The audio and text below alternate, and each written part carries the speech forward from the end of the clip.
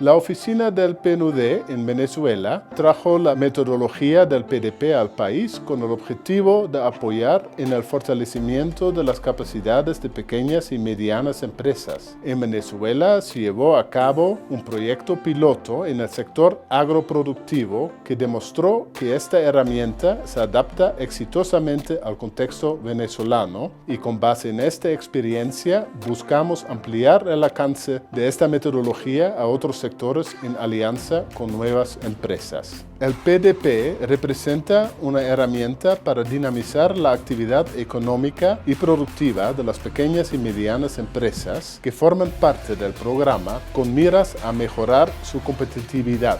También busca fomentar la creación de microempresas, siendo esto un resultado de la transformación en las capacidades empresariales de emprendimientos locales que han culminado el programa.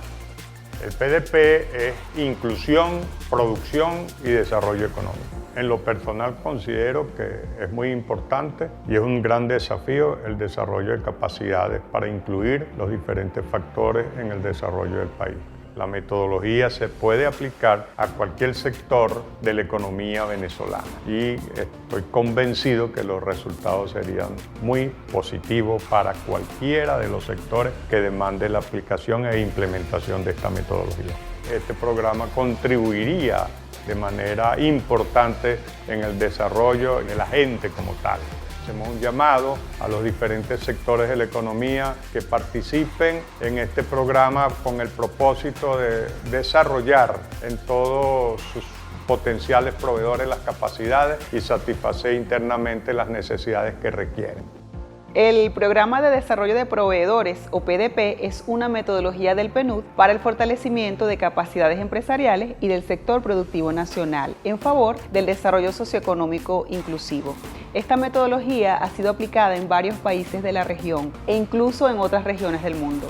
El principal aporte del PDP consiste en fortalecer las relaciones productivas y comerciales de las empresas con sus clientes y proveedores. Esto genera mayor estabilidad económica en las familias involucradas y estimula la competitividad.